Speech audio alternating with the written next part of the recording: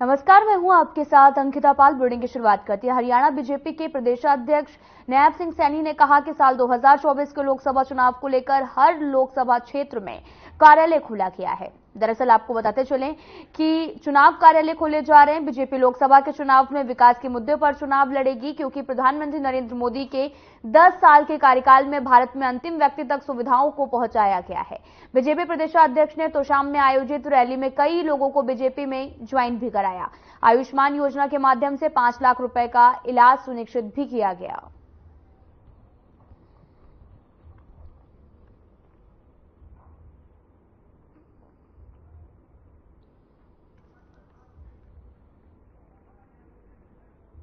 आज हमारे अनिल शर्मा जी ने एक भव्य कार्यक्रम का आयोजन किया है।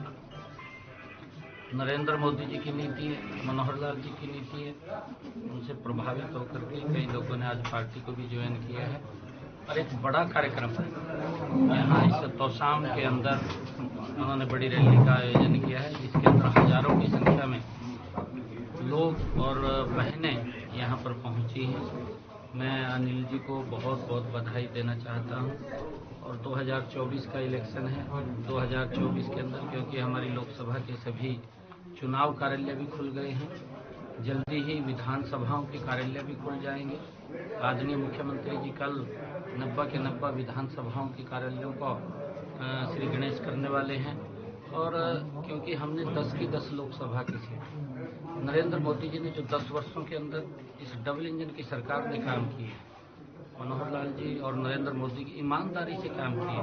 आज मैं देख रहा था, क्योंकि यहाँ से तोशाम से लंबे समय से कांग्रेस की विधायिका रही है, और अगर उस बात का आंकलन भी करें कि वो लंबे समय तक सत्ता के अंदर रहे हैं, उसके बावजूद भी तोशाम क्षेत्र पिछड़ा रहा है। मनोहर लाल जी के नेतृत्व के अंदर इस क्षेत्र के अंदर अंतिम टेल तक पानी पहुंचा है, और आदरणीय प्रधानमंत्री जी ने हर घर के अंदर नल और स्वच्छ जल पहुंचाने की व्यवस्था की है।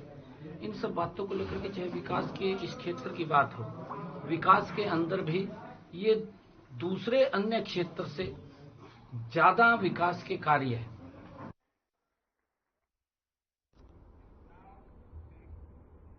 हरियाणा के कैबिनेट मंत्री कंवरपाल गुर्जर ने मीडिया से बात करते हुए कई मुद्दों पर विस्तार से चर्चा की है। इस दौरान कैबिनेट मंत्री ने इंडिया गठबंधन पर जमकर निशाना साधा और कहा कि लोकसभा चुनावों को लेकर बीजेपी पूरी तरह से तैयार है। आगे उन्होंने कहा कि मोदी सरकार ने धारा 370 हटाई, जनता उन्हें 370 सीटों का आशीर्वाद देगी। वहीं एनडीए सरकार 400 पार का जीत दर्ज करेगी। लोकसभा चुनावों को लेकर उन्होंने कहा कि अभी हमारा किसी से भी कोई गठबंधन नहीं है, इस पर शीर्ष नेतृत्व का फैसला आएगा। और वहीं उन्होंने ये भी कहा कि चुनाव समिति लोकसभा प्रत्याशियों के नाम पर मंथन करके शीर्ष नेतृत्व को भेज देंगी। आगे का फैसला शीर्ष नेतृत्व करेगा। जल्दी लोकसभा प्रत्याशियों के नाम भी घोषित हो जाएंगे। और वहीं हिमाचल की सियासी हलचल पर उन्होंने ये भी कहा कि वो अपनी जो पार्टी है उसका अंदरूनी मामला, लेकिन कोई भी बात होगी, और जो भी उनके विधायक इतनी ज्यादा नाराज हैं और उन्होंने पार्टी के खिलाफ जाकर वोट किया है, वहीं उन्होंने कहा कि इंडिया गठबंधन से कोई खास फर्क नहीं पड़ेगा। इंडिया गठबंधन के जो हालात दिख रहे हैं उसके अनुसार इंडिया गठबंधन चलने वाला नहीं है, इसलिए गठबंधन को लोग छोड़कर ही जा रहे हैं।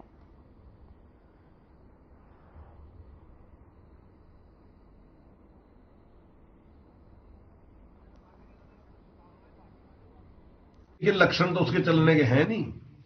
अब देखो क्या चलता है, काफी लोग छोड़ के चले भी गए और आने वाले टाइम में मुझे लगता है कि और भी लोग छोड़ के जाएंगे। तो इसमें सर नहीं, देखिए ये तो कोई निश्चित बात नहीं है कि विधायक आएंगे नहीं आएंगे, हो भी सकता है। अभी तो हाईकमान ने फैसला करना। कुछ विधायक भी ऐसे हैं जो चुनाव लड़ना चाहते हैं एमपी का, तो पार्टी क्या फैसला करती है विधायकों के पक्ष में करती है, या जो हमारे पहले जो हमारे एमपी रहे उनके पक्ष में करती है, या नया कोई कैंडिडेट लेकर, ये तो हाईकमान का फैसला है। वो जो भी विचार करेगा, तो अब उसके बारे में मैं क्या बता सकता हूँ सर। लेकिन निश्चित तो कुछ भी नहीं है, ये भी फाइनल नहीं है कि सारे सीटिंग वालों को मिलेगी, कुछ सीटिंग वालों को मिलेगी।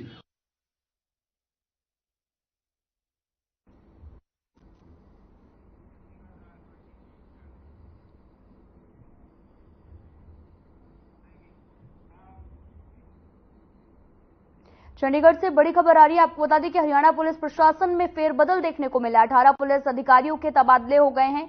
13 आईपीएस और 5 एचपीएस अधिकारियों के तबादले, प्रदेश सरकार ने जारी किए तबादले के आदेश। बड़ी खबर इस वक्त की, हरियाणा पुलिस प्रशासन में बड़ा फेरबदल हुआ है। 13 आईपीएस और 5 एचपीएस अधिकारी के तबादले हुए हैं। प्रदेश सरकार ने जारी किए हैं तबादले के आदेश। बड़ी खबर इस वक्त की, चंडीगढ़ से हरियाणा पुलिस प्रशासन में बड़ा फेरबदल देखने को मिला है, जहां पर 13 आईपीएस, 5 एचपीएस अधिकारी के तबादले हुए हैं। प्रदेश सरकार ने तबादले के आदेश भी जारी कर दिए हैं। बड़ी खबर चंडीगढ़ से, जहां पर हरियाणा पुलिस प्रशासन में बड़ा फेरबदल देखने को मिला। 13 आईपीएस और 5 आईपीएस अधिकारियों के तबादले भी किए गए हैं। बड़ी खबर इस वक्त की चंडीगढ़ से, जहां पर प्रदेश सरकार ने तबादले के आदेश भी दे दिए हैं।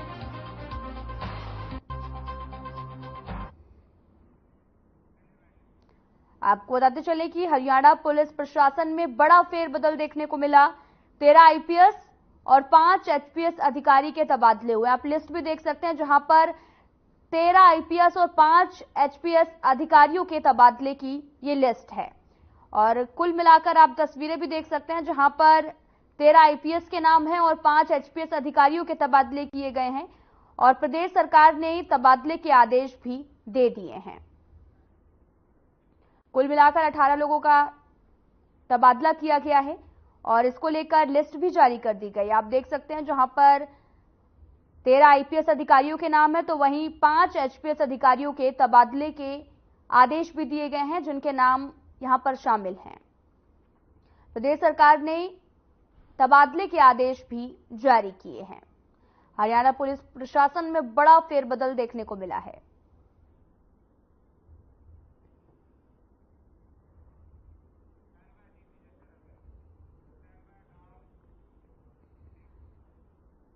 विधानसभा अध्यक्ष के हिमाचल में कांग्रेस के 6 विधायकों को अयोग्य करार दिए जाने पर झज्जर इलाके के हल्का बादली के कांग्रेस विधायक कुलदीप वत्स ने खुशी जताई है। तो उन्होंने ये भी कहा कि कांग्रेस हाईकमान का यह ऐतिहासिक फैसला है। हिमाचल में कांग्रेस के इन आधा दर्जन विधायकों ने पार्टी की पीठ में झूरा घोंपने का भी काम किया था, जिसके बाद में इस प्रकार का फैसला लेना बेहद जरूरी था। विधायक कुलदीप वत्स झज्जर में अपनी कार्यालय में मीडिया से बातचीत कर रहे थे। यहां पर उन्होंने हिमाचल प्रकरण में बीजेपी को मुख्य हाथ होने से कतई इनकार नहीं किया और कहा कि सच्चाई तो यह है कि वहां पर बीजेपी ने प्रजातंत्र का गला घोटने का काम किया है।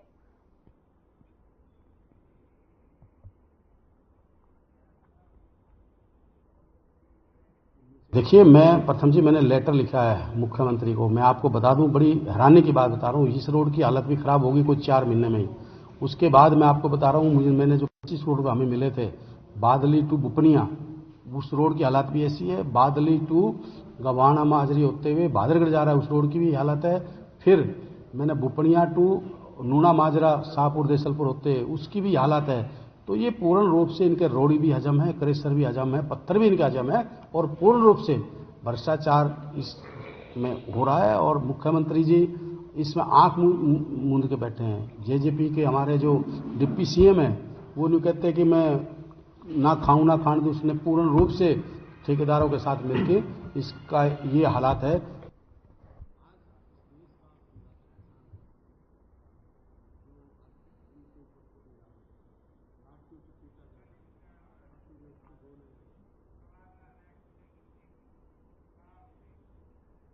तो वहीं चंडीगढ़ से बड़ी खबर आ रही है, जहां पर हरियाणा में अधिकारियों के तबादले किए गए हैं। 14 आईएफएस और साथ ही 15 एचएफएस अधिकारियों के तबादले हुए हैं। प्रदेश सरकार ने जारी किए हैं तबादले का आदेश दिया है। और साथ ही आपको बताते चले कि 14 आईएफएस और 15 एचएफएस का तबादला किया गया है। हरियाणा पुलिस प्रशासन में बड़ा फेरबदल भी देखने को मिला है। प्रदेश सरकार ने जारी किए हैं तबादले के आदेश।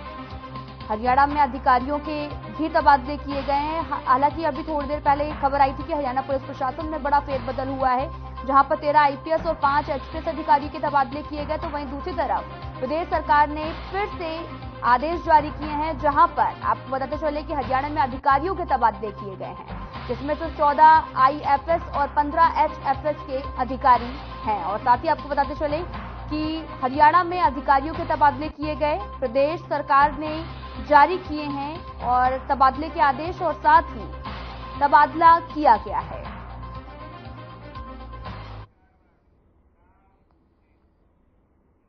हरियाणा के पंचायत मंत्री देवेंद्र सिंह बबली और लघु सचिवालय पहुंचे हैं, जहां पर देवेंद्र सिंह बबली ने ग्रीवेंस कमेटी की बैठक ली।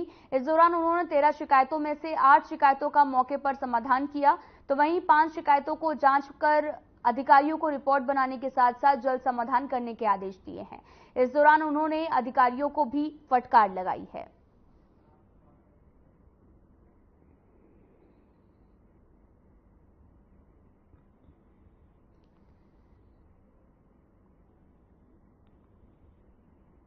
आज में 13 विवाद आए थे, उनमें से 8 में फैसले लिए गए हैं और 7 अभी बाकी हैं जो आने वाले समय में देखा जाएगा। तो अधिकारियों को उसमें निर्देश दिए गए हैं, ज़्यादा जो कार्रवाई होगी वो डिपार्टमेंट कार्रवाई करेगी। देखिए, बाजरे की भावांतर योजना है, इसका लाभ आज तक के किसानों को नहीं मिल पाया। सीजन खत्म, दूसरा सीजन शुरू हो गया है। देखिएगा, 2 डाटा सरकार के पास अपलोड हुआ था। जो भावांतर में जो पैसा देना था करीबन मेरे ख्याल से 450 रुपये था, जो अब की बार का भावांतर बाजरे में सरकार के द्वारा दिया गया है। सरकार के द्वारा पैसा रिलीज किया गया है। फिर भी अगर आपके पास ऐसे कुछ किसान हैं जिनका नहीं हुआ तो देने काम करें, उसको रिलीज करें।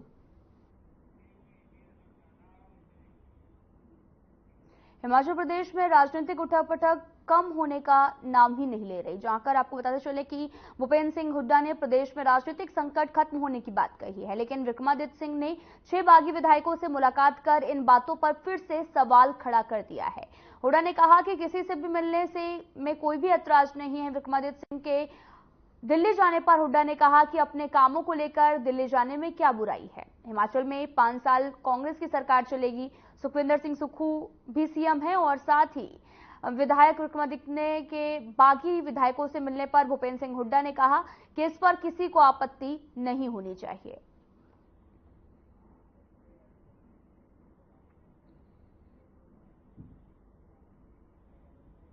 बात कराई है और देखिए, वहाँ जो हुआ, पहले हमारा उम्मीदवार राज्यसभा में जो अभिषेक सिंह विजी का समय 6 वोट हमारी पार्टी की वो विरोधी कैंडिडेट के पास गई।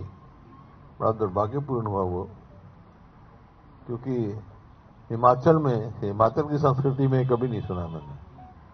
हिमाचल में तो जो बात है वो रहती है, फर्स्ट टाइम हुआ ऐसा।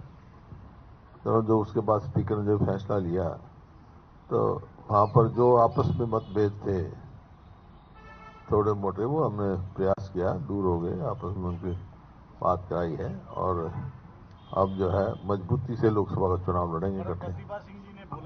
नहीं, किसी ने नहीं कहा, किसी सरकार ने ये कहा था कि पूछा था ये सवाल, हाइपोथेटिकल सवाल करा। मैंने कहा भाई वो कहने भी किसकी है, मैंने ये चीफ मिनिस्टर है, और बल्कि एक ने पूछा था कितने साल, 5 साल। मैंने कहा ये हाइपोथेटिकल सवाल है, आज के दिन चीफ मिनिस्टर यही है मजबूत करने में। पत्रकार ने प्रतिभा सिंह से सवाल किया कि ऑब्जर्वर, अब उनके सवाल का उनसे पूछो, मेरे सवाल मेरे पूछो। तो दूसरे को किसका क्या सवाल करता है? पार्टी की सरकार रहेगी, हमने यही कहा, कांग्रेस पार्टी की सरकार रहेगी 5 साल। देखिए, वहाँ जो हुआ, पहले हमारा उम्मीदवार राज्यसभा में जो अभिषेक सिंह विजी का समय 6 वोट हमारी पार्टी की वो विरोधी कैंडिडेट के पास गई। बड़ा दुर्भाग्यपूर्ण हुआ वो, क्योंकि हिमाचल की संस्कृति में कभी नहीं सुना मैंने। हिमाचल में तो जो बात है वो रहती है, फर्स्ट टाइम हुआ ऐसा। तो जो उसके बाद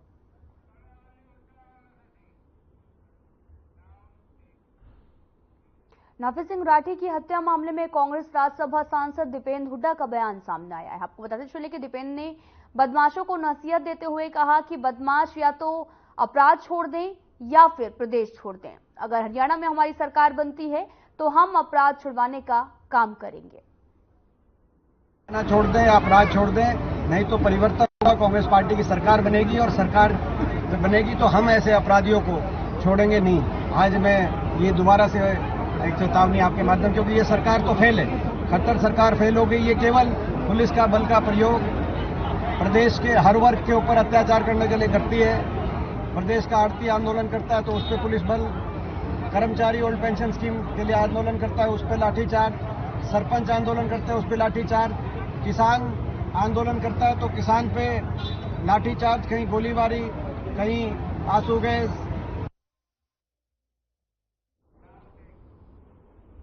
इनेलो प्रदेश अध्यक्ष नफे सिंह राठी हत्याकांड में आरोपियों से आज पुलिस पूछताछ शुरू कर सकती है। आपको बताते चले कि बहादुरगढ़ की लाइन पार थाना पुलिस ने आरोपियों को नोटिस जारी कर पूछताछ के लिए बुलाया था, तो वहीं कांग्रेस नेता ब्रजेंद्र राठी और संदीप राठी से भी पुलिस पूछताछ कर रही है। बहादुरगढ़ से बीजेपी के पूर्व विधायक नरेश कौशिक और बहादुरगढ़ नगर परिषद के वाइस चेयरमैन राजपाल उर्फ पालेराम शर्मा को भी पूछताछ के लिए थाने में बुलाया गया है।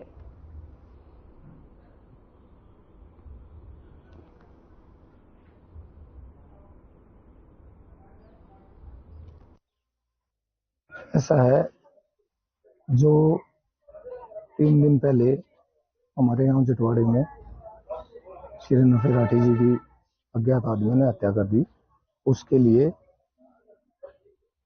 कल एसएचओ साहब का नोटिस आया था कि भाई आपका मृतक के परिवार वालों ने शंका जाहिर करी है, तो उस नोटिस पे आए थे आज। पुलिस वालों ने किस तरीके से सवाल किया? पुलिस वालों ने यही सवाल किया, भाई हत्या से रिलेटेड भाई आपका उनसे क्या वास्ता था, क्या था। उसके लिए हमने उनको सारी तसल्लीबख्श जवाब दिए कि भाई जब भी आप हम बुलाओगे हम तैयार हैं, हर तरह की।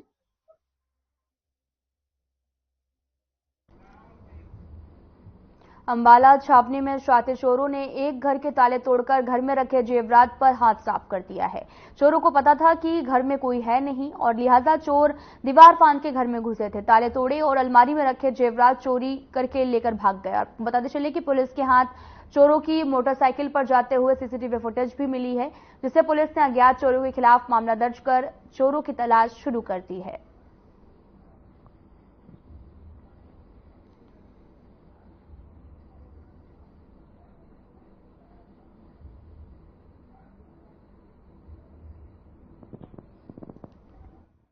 मेरा नाम वरुण है और जो समय था सुबह 2 से 2:30 बजे का समय था जिस वक्त चोरी हुई है, और चोरी में हमारा गोल्ड 2.5 से 3 लाख का प्लस 50,000 का कैश था। हाँ जी मैम, पिताजी की तबीयत खराब हो गई थी अचानक, तो उनको हॉस्पिटल इंडस डेराबस्सी ले गए थे, जिसकी वजह से हमें वहीं पे रात को स्टे करना पड़ा। और सुबह जब आके मेरी वाइफ ने घर का डोर खोला तो उन्होंने देखा कि ये वाला डोर टूटा हुआ था। हम जैसे ही मेरी वाइफ को फोन आया कि हमारा गेट का डोर टूटा हुआ है, तो मैं सेम टाइम पे ही और रात तकरीबन मेरे पापा की तबीयत खराब हो गई थी और हम वहाँ चले गए उनसे मिलने के लिए। 10:30 बजे में वहाँ से वापसी आई। मेरे हस्बैंड दुकान जा चुके थे। मैंने घर आके देखा, मैंने लोग गेट का ताला खोल के देखा, गेट का ताला नहीं टूटा हुआ था। जैसे ही मैंने एंटर किया तो एक दरवाजा खुला हुआ था, उसका ताला टूटा हुआ था। धीरे धीरे जैसे एंटर करते करते मैं अपने रूम में गई, मेरा सारा लॉकर खाली हो चुका था, सारी चीजें जा चुकी थी। हाँ, सैनी बिहार से एक वरुण नामक व्यक्ति की कंप्लेंट आई है, उस पर हमने एफआईआर दर्ज करी है चोरी की। ये 28-29 फरवरी रात की बात है, जब घर वाले उनका एक में सदस्य बीमार वगैरह उसको लेकर अस्पताल में गए हुए थे। सुबह आकर देखा तो उन्होंने घर में सामान बिखरा पड़ा था, तो उसमें जेवरात वगैरह काफी चोरी हुई है। और आसपास की फुटेज चेक करने पर पाया गया है कि 2 लड़के एक बाइक पे आए थे, लेकिन फुटेज में थोड़ा चेहरा साफ नहीं नजर आ रहा है। उनके शनाख्त करने का प्रयास किया जा रहा है और उन्होंने दीवार फांद के अंदर में घुस के चोरी करी है।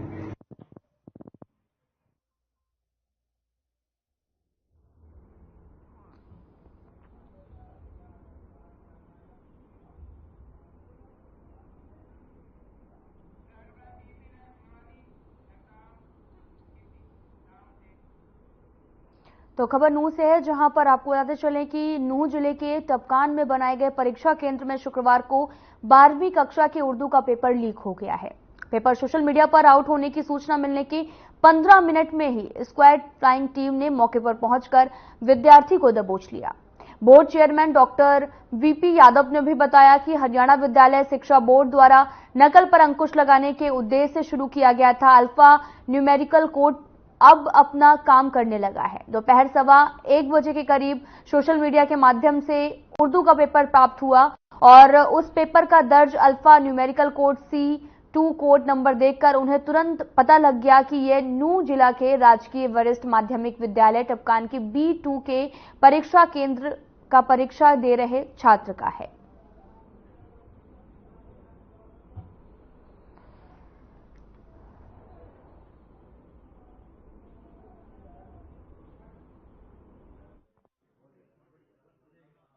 सोशल मीडिया पे जैसे हमारे पास कहीं पेपर क्लिक होकर जैसे लीक हुआ, उसके बारे में हमें पता चला कि ये जो पेपर है Tapkan government senior secondary school Tapkan B2 centre से जो है आउट किया गया और डिस्ट्रिक्ट नूंह के अंदर है ये, और उसका अल्फा न्यूमेरिक कोड C201839 रहा। C201839 रहा। और जैसे हमें पता लगा तो हमने इसको डिकोड कर लिया उसी टाइम पर और तुरंत संज्ञान लेते हुए परीक्षा के दौरान ही करते हुए हमने स्टूडेंट को भी पकड़ा।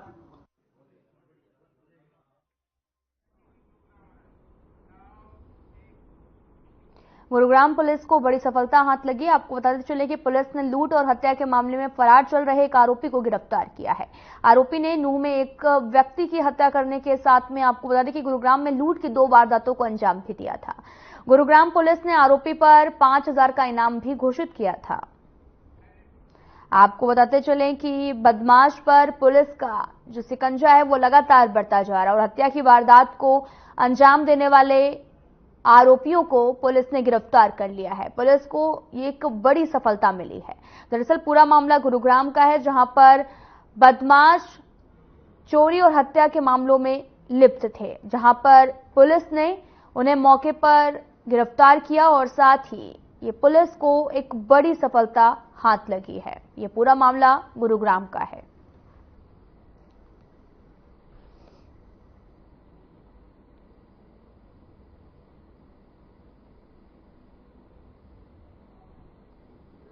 सीन और कुकी जो है खेड़ा खलीलपुर रोज का में थाना लगता है, नूंह का निवासी था। इस लड़के ने अपने साथी रिंकू के साथ मिलकर 24-25 दिसंबर की नाइट में जो है एक व्यक्ति राजेश पायलट चौक के पास खड़ा था, जिसकी गाड़ी में पंचर हो रखा था। उससे इन्होंने कट्टा दिखाकर ATM पर ले जाकर उसको भय दिखाकर जो है 70,000 रुपये जो ATM से निकलवा लिए थे।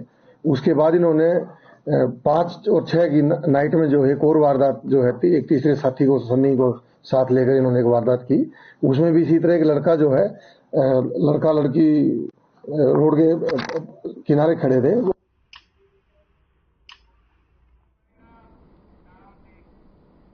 फिलहाल इस वीडियो में इतना ही। नमस्कार।